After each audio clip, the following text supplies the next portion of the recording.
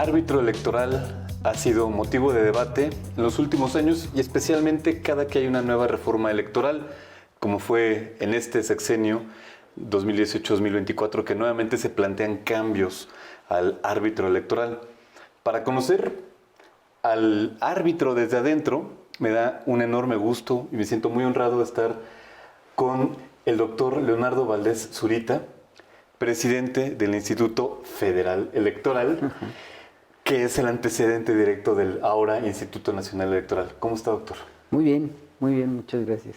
Yo quisiera hacer una historia de cómo, pues, digamos, se hizo obeso este instituto y se le fueron cargando un montón de facultades y obligaciones que tal vez la ciudadanía no las tiene presentes, pero que tienen un gran impacto presupuestal y que se suma eso a todos los candados que se le fueron dando por motivo de la desconfianza endémica a las elecciones en México. A ver, yo diría que si nos ubicamos en una perspectiva internacional, porque se ha dicho mucho que nuestras elecciones son las más caras del mundo, lo cual es absolutamente falso, pero partiendo de una comparación internacional, habría que decir que el IFE nació obeso. ¿Por qué? Porque ninguna organización electoral, ninguna autoridad electoral del mundo en aquel entonces era responsable del padrón electoral. En la mayor parte de los países democráticos existe el carnet de identidad y en consecuencia con ese carnet de identidad que lo dan las autoridades gubernamentales y lo administran las autoridades gubernamentales, los ciudadanos votan. Cuando se creó, después del desastre de la elección de 1988, el IFE, se le dio la atribución de hacer el padrón electoral, porque lo que teníamos era algo totalmente ridículo. Se llevaba en máquinas, se hacían en máquinas de escribir los listados, los cartoncillos para los votantes, y se llevaba como un archivo manual, motivo por el cual nunca estaba actualizado, y además se decía en el argot en aquel entonces, lo cuchareaban para cada elección. Cada gobernador quería tener más votos que su antecesor, aunque participaran menos. Entonces había que meter nombres al padrón electoral y emitir credenciales. Y ya después veían quién iba a votar con esas credenciales para que el nuevo gobernador tuviera más votos que su antecesor. Aunque fueran del mismo partido, eso no tenía ninguna importancia. De tal suerte que el IFE nació con esa responsabilidad. Y que, insisto, en aquel momento ninguna autoridad electoral del mundo tenía esa responsabilidad. Con el paso del tiempo y conforme se fue mostrando que para que las elecciones fueran confiables no se requería solamente de un padrón confiable, sino de muchas otras cosas, pues se le fue cargando de atribuciones al instituto. Se le cargó, por ejemplo, todo lo que tiene que ver con el financiamiento público a los partidos políticos, que en nuestro caso, a partir de la reforma de 1996, es un factor importantísimo para que exista competencia real en las elecciones, porque hasta entonces no estaba prohibido que los funcionarios públicos usaran presupuesto público para apoyar partidos y candidatos. Comisionaban a empleados y funcionarios de las dependencias públicas para que se fueran a hacerle la campaña al partido en el poder. Eso no estaba prohibido. Y por supuesto, no había financiamiento suficiente para los partidos políticos. De tal suerte que el partido en el poder tenía acceso a los recursos del erario público sin ninguna limitación, y el resto de los partidos tenían que vivir de las cuotas de sus afiliados, de rifar coches, de hacer festivales de música, en fin, la disparidad en términos de capacidad económica era monumental. Entonces se decidió en esa reforma de 1996 establecer un sistema de financiamiento público a partir de prohibir que los funcionarios públicos usen recursos para favorecer a los partidos. Eso incluso es delito electoral, está penado por una ley que establece la categorización de los delitos electorales. Y claro, pues se ocurrió la brillante idea de pues, que el INE administre esos recursos y además que fiscalice el uso de los recursos. De tal suerte que el INE, pues el IFE en ese entonces tuvo que crecer en términos de su estructura. Otro de los temas que fueron muy controversiales y que también implicó un incremento importante de las facultades, de las funciones del entonces IFE, ahora INE, fue el tema de quién recibe los votos, quién los cuenta, quién llena las actas. En el modelo anterior, cuando teníamos aquella Comisión Federal Electoral, pues eran funcionarios públicos, simpatizantes o miembros del partido en el poder, los que recibían la votación, contaban los votos, llenaban las actas, y por eso había una enorme desconfianza sobre la verdad de esos documentos que realmente reflejaran lo que la ciudadanía había expresado. Tal suerte que se tuvo que construir un sistema que implica un sorteo, después de ese sorteo implica una capacitación de los ciudadanos y después de eso implica una segunda capacitación para elegir a aquellos que estén bien capacitados, pero que no tengan vínculos ni con gobiernos ni con partidos políticos, que sean ciudadanos, que son nuestros vecinos, los que reciben la votación, los que cuentan los votos, los que levantan las actas. Pero lo hacen con una legislación compleja, muy reglamentada. Entonces la capacitación... Diré que hasta barroca, ¿no? Sí, la capacitación no es de 15 minutos, te explico cómo se hace, porque hay que explicar hasta cómo se arma la casilla, cómo se tiene que poner el mobiliario para garantizar que el voto sea secreto, que no exista ninguna forma en la que los representantes de los partidos puedan husmear, hurgar para ver cómo están votando los ciudadanos. La lista de electores fue evolucionando y ahora tiene la fotografía del ciudadano, que también es la fotografía que está en la credencial, y el funcionario de casilla tiene que estar capacitado para identificar que la foto de la credencial que trae el ciudadano corresponde con la foto que está en el listado y corresponde con su rostro. De tal suerte que es una capacitación compleja, barroca la legislación, compleja la capacitación. De tal suerte que eso implica también que el cuerpo administrativo para organizar las elecciones creció. Y por si eso fuera poco, las boletas y las actas se imprimen en papel seguridad. No es papel moneda, pero casi. Se parece mucho al papel en el que se hacen los cheques. Cada vez usan menos los cheques y más las transferencias electrónicas, pero los cheques de los bancos están impresos en un papel que tiene medidas de seguridad para evitar que se puedan falsificar. Lo mismo las boletas, lo mismo las actas de la votación. De tal suerte que todo eso fue incrementando las facultades del organismo electoral y tuvo que crecer. Yo diría que la reforma de 2014 es un elemento más que implica crecimiento para la estructura de la institución. ¿Por qué? Bueno, pues porque nacionalizan al instituto. Yo de broma con los amigos digo que cuando nosotros terminamos en 2013 nuestro encargo, hicimos también las cosas que las fuerzas políticas dijeron, pues esto que no se quede federal, que sea nacional, que con esa misma calidad con la que se organizaban las elecciones presidenciales de senadores y de diputados, también se organicen las elecciones de gobernador, de presidentes municipales, de congresos locales.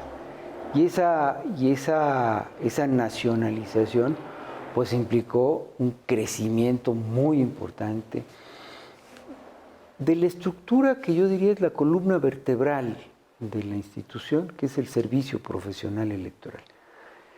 son personas que acceden a las responsabilidades por concurso de oposición.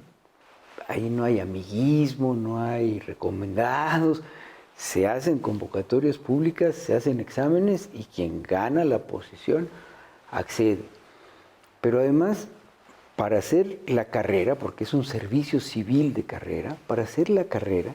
Creo que de los pocos que hay en el país, ¿verdad? Ahí está el más antiguo, que es el servicio civil de la Secretaría de Relaciones Exteriores. Hay un servicio civil en Hacienda. Y se podría decir que los juzgados, los jueces que también concursan, es otro servicio civil. El del INE tiene la característica de que los ascensos son producto también de concurso. O sea, si usted ya ingresó en el escalón más bajo, puede hacer su vida laboral llegando al escalón más alto, pero para eso tiene que concursar escalón por escalón, cuando hay vacantes. Y además tiene que estar todo el tiempo en procesos de capacitación, porque si reprueba algún examen, entonces se genera la vacante, porque usted deja de ser miembro del Servicio Profesional Electoral. Tal suerte que esa estructura es una estructura muy vigorosa, muy capacitada, y con la reforma de 2014 se nacionalizó. Ahora también los funcionarios de los institutos electorales de los estados, que les llamamos OPLES, son miembros del Servicio Profesional Electoral y hay que capacitarlos, y también ahí hay los concursos para ingreso y para ascenso y la evaluación para la permanencia. Se evalúa cada año a ese personal, además de evaluación de conocimientos técnicos, se les evalúa respecto de su imparcialidad. Y si salen elementos por ahí que digan que dejó de ser imparcial, también se genera la vacante. En ese momento se rescinde el contrato. De tal suerte que sí, la institución se puede considerar que es grande, pero lo que pasa es que son grandes las responsabilidades. La reforma de 2007, que fue a partir de la cual yo me incorporé como consejero presidente en febrero de 2008, le dio también la atribución de controlar, administrar y supervisar el tiempo del Estado en la radio y en la televisión, distribuido de una forma específica para que sea equitativa a los partidos políticos y monitoreado permanentemente para que los concesionarios de la radio y la televisión cumplan con la obligación de transmitir esos mensajes. Y bueno, pues eso el IFE nunca lo había hecho. Tuvimos que construir un nuevo sistema para administrar, para distribuir el tiempo entre los partidos políticos y sus candidatos y para hacer el monitoreo permanente.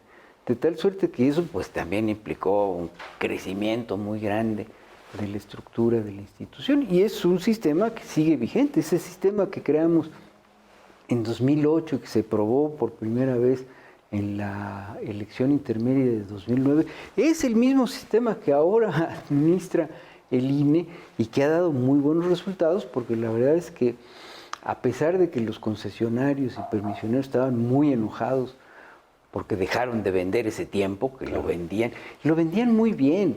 Además, tenían pago asegurado. Como los partidos reciben financiamiento público, pues los concesionarios sabían que llegando el cheque del IFE a la cuenta del partido, el partido le iba a hacer su cheque al concesionario de radio o de televisión, fundamentalmente de televisión. Las televisoras ganaban muchísimo dinero con el mercado libre que había para la venta de promocionales en radio y televisión.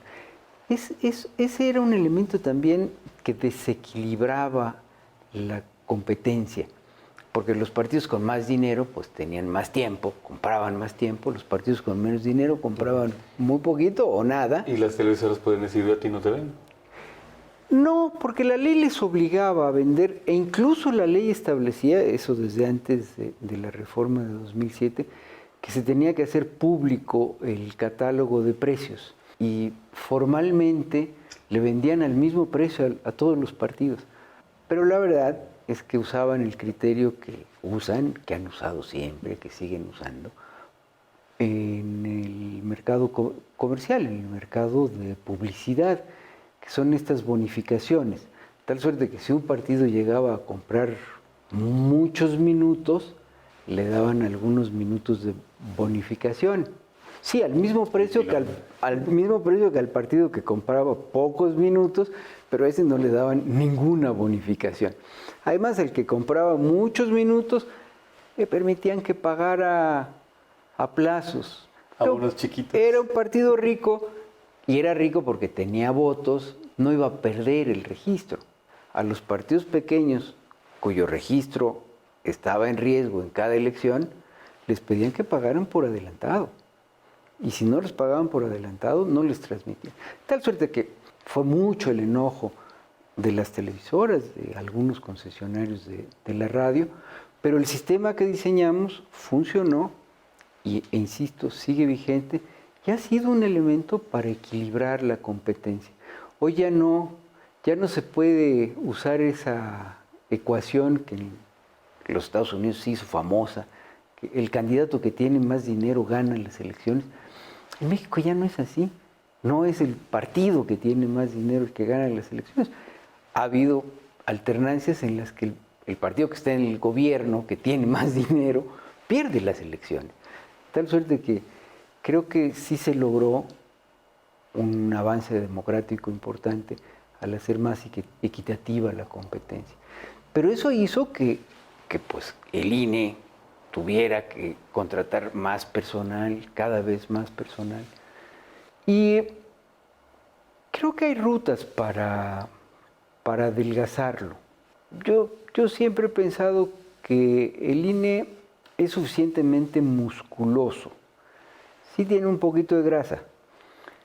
Creo que esa grasita se podría disminuir con algunas modificaciones en la ley. Por ejemplo, voto electrónico. Si avanzáramos hacia el voto electrónico, todo lo que tiene que ver con capacitación de los ciudadanos que van a ser funcionarios de casilla disminuye significativamente. ¿Por qué? Porque ahora ya no va a haber que capacitarlos para entender una ley barroca, para contar unos votos, para decidir si el voto es válido o no es válido. Además, con todo lo de las alianzas, a veces las combinaciones de votaciones son... Es muy complejo. Cuestiones matemáticas de Harvard, ¿no? Es muy complejo, porque en las coaliciones, si el ciudadano vota por dos partidos que tienen el mismo candidato, el voto no cuenta para ninguno de los partidos, pero sí para el candidato. De tal suerte que eso el funcionario de casilla lo tiene que saber. Si en una coalición de dos partidos el ciudadano vota a esos dos partidos, pero además vota a otro que no está en la coalición, el voto se tiene que anular. Y eso el ciudadano que va a contar los votos lo tiene que saber, tiene que aplicar la ley, porque eso establece la ley. De tal suerte que el costo de capacitar a los ciudadanos para que pongan una clave para arrancar una máquina de votación y para que cuando termine la votación escriba la clave, se cierre la votación, la máquina haga el cómputo y sea la que interprete si el voto es válido o no es válido.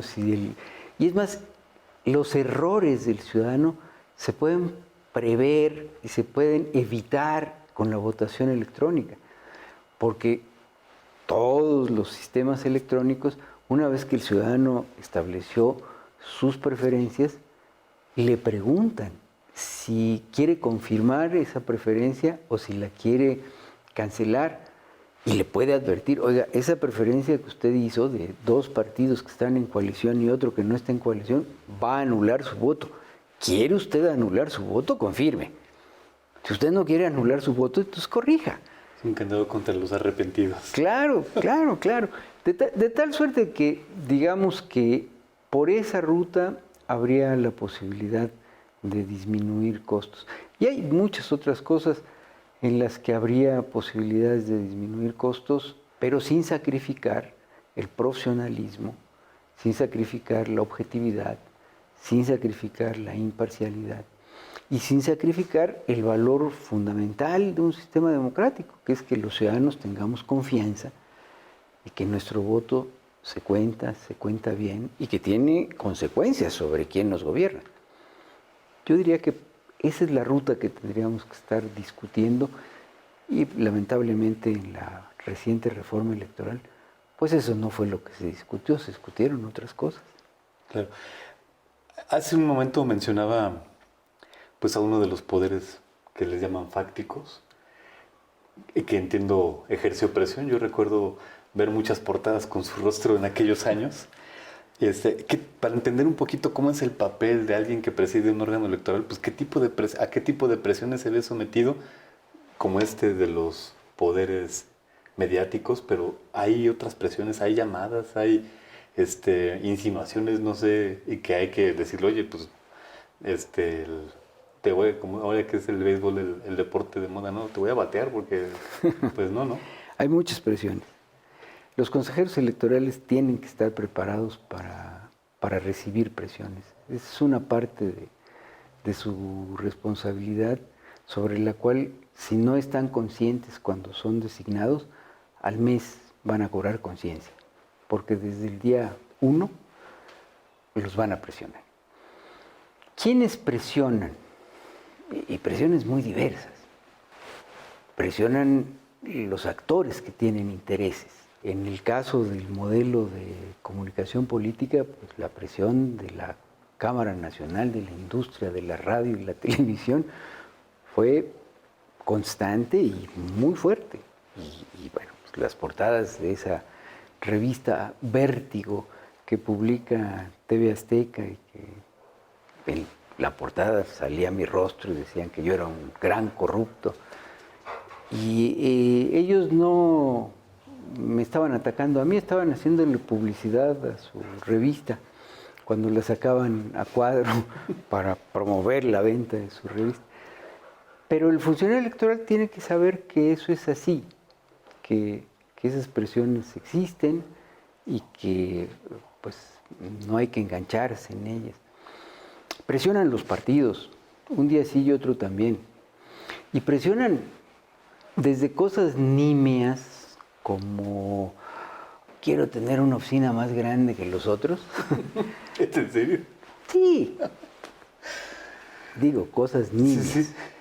Hasta cosas importantes cuando viene una sanción millonaria y primero intentan convencer que no cometieron la falta y cuando se dan cuenta que no hay forma de convencer que no cometieron la falta porque el trabajo está bien hecho, hay pruebas, es evidente, se ha fundado y motivado la resolución, pues entonces intentan presionar para que disminuya la sanción, para que no sea tan grande, que sea menos, y entonces inventan criterios.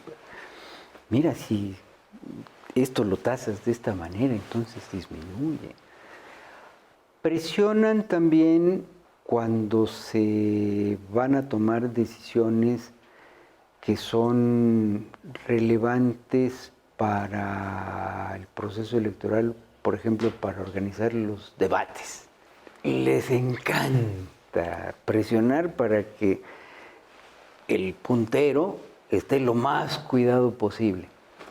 Y los otros presionan para que los otros puedan hablar y bajar al puntero.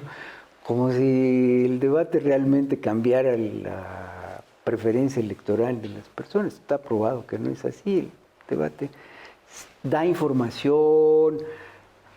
En muchas culturas políticas es sinónimo de democracia. El que los políticos salgan a debatir es un sinónimo de que hay una democracia vigorosa, pero no cambia sustancialmente las preferencias de quienes ya tomaron preferencia. Y quienes no han tomado preferencias esperan, no la deciden con el debate, se esperan a que se acerque el día de la jornada electoral. En fin, presiones de los partidos siempre. La relación, en mi caso, con el gobierno federal fue una relación muy, muy respetuosa y muy fluida. Digamos que yo tenía un tema del cual tuve conciencia desde que tomé posesión, que tengo la impresión, mi posicionamiento sobre ese tema ayudó a que el gobierno tuviera mucho cuidado. El tema, en realidad son dos. Uno es el modelo de comunicación, que es el más público, pero el otro, que no fue tan público, pero sí lo fue, por supuesto, fue la preocupación de que se repitiera el 2006. No en términos de una elección muy cerrada, porque eso nadie lo puede controlar. Por supuesto, el gobierno no lo puede controlar, por supuesto, la autoridad electoral no lo puede controlar. Esa es decisión de las y los ciudadanos cuando votan, punto. Pero sí la situación de que no se diera a conocer la noche de la jornada electoral las tendencias de la votación, el famoso conteo rápido. Lo que sucedió en 2006, mi antecesor, digamos que por acuerdo del Consejo, decidió salir a decir, están muy cercanos, no se puede decir cuál es la tendencia. Esto lo usan mucho los encuestadores, el famoso too close to call.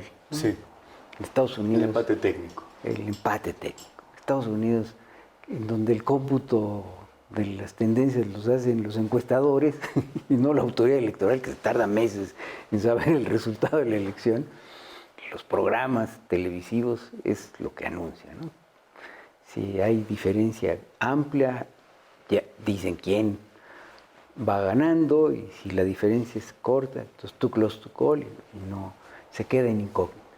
Yo, desde mi primera declaración a los medios de comunicación y mesas de análisis, dije, no voy a someter a la consideración del Consejo General una atribución que me da de manera exclusiva la legislación. Y esto quiere decir que yo, la noche de la jornada electoral de la elección presidencial de 2012, voy a salir en cadena nacional a dar a conocer las tendencias de la votación, sean las que sean. Y si están empatados, voy a decir que están empatados y voy a decir quiénes están empatados. Tengo la impresión de que ese mensaje fue recibido por la estructura gubernamental como a ver, aquí tenemos un consejero presidente que conoce la legislación, pero que además sabe que el instituto tiene autonomía y que va a ejercer esa autonomía. Ya anunció que va a ejercer esa autonomía.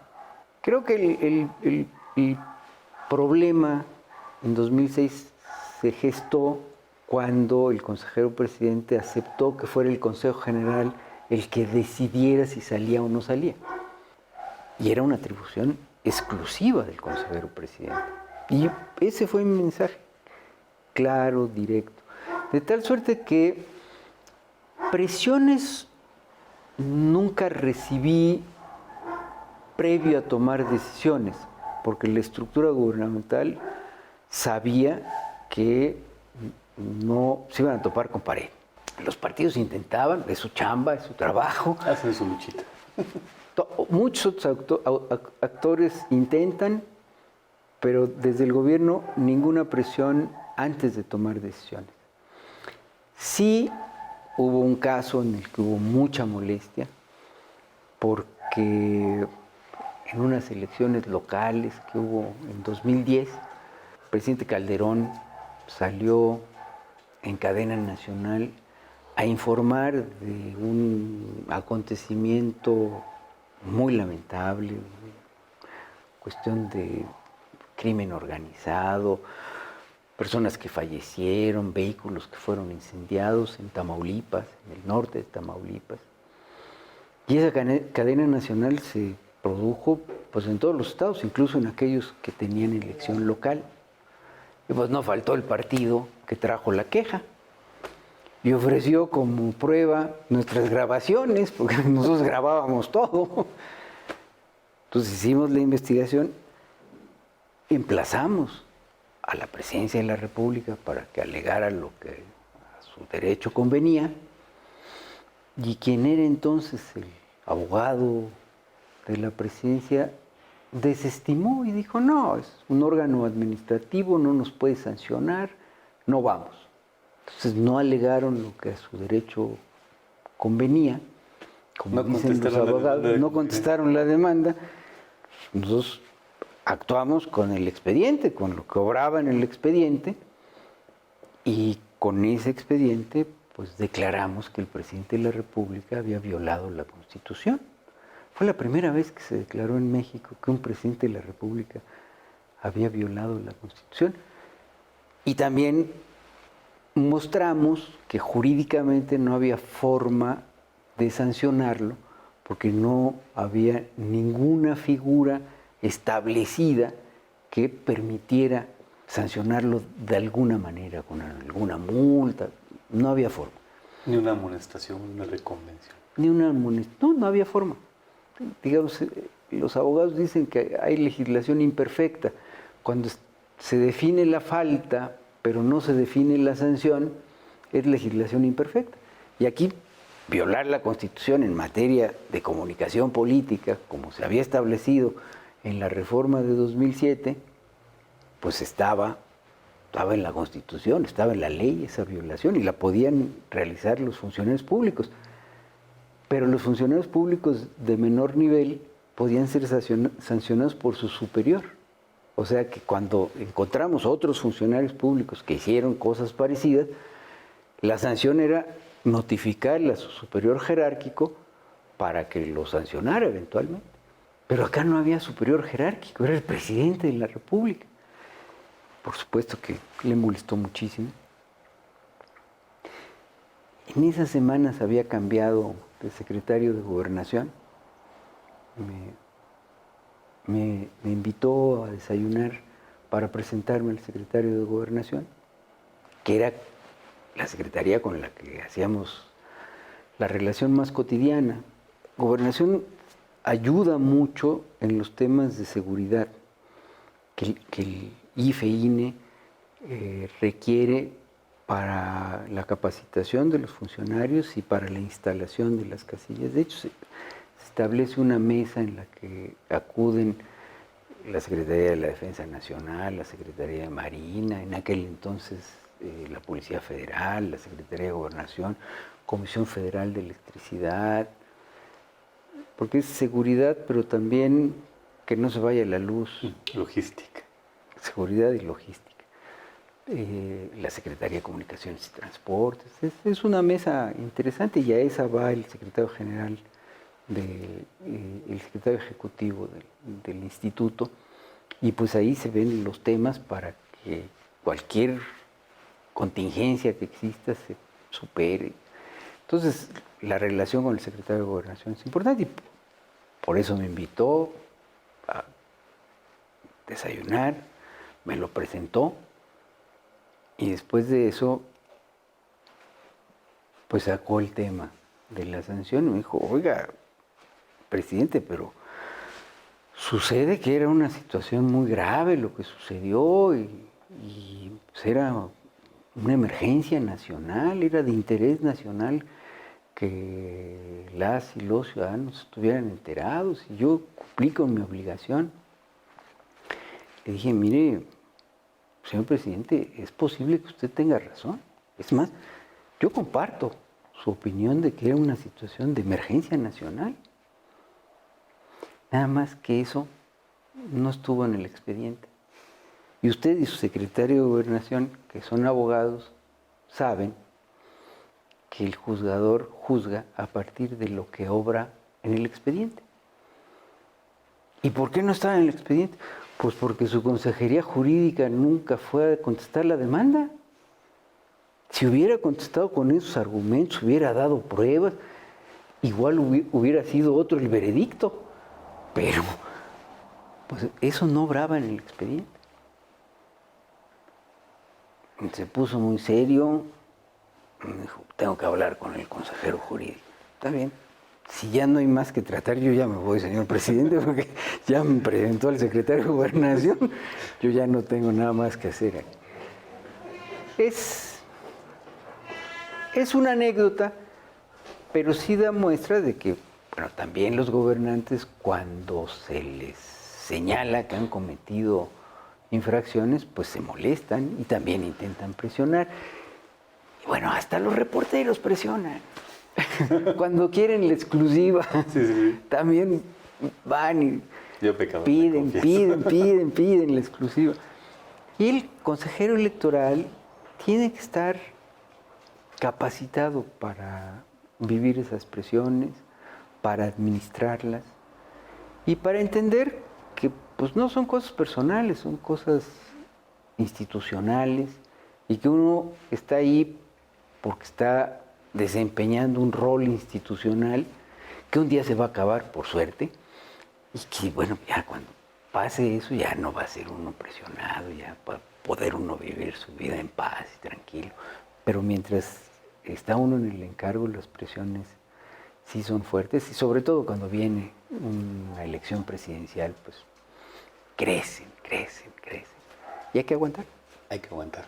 Pues le agradezco mucho este tiempo que se ha ido como agua. Yo creo que me llevo aquí varias exclusivas. Envidia de algún otro compañero periodista. Y me quedo con un costal de preguntas por hacer que ojalá pueda ser desahogada en una nueva ocasión. ¿Cómo no? Con mucho gusto. Muchísimas gracias. Esta plática con Leonardo Valdés Zurita, doctor en Derecho. No, yo soy doctor en Sociología Política. Yo no soy abogado. Habla muy bien en los temas de abogado. Ha sido un verdadero honor platicar con Leonardo Valdés Zurita, consejero presidente del Instituto Federal Electoral 2007-2013. 2013, que fue cuando llegó la reforma electoral que le cambió el nombre al INE. Se puede decir que fui el último consejero presidente del IFE. El último presidente del IFE. Un honor, muchísimas gracias, doctor. Gracias a ustedes.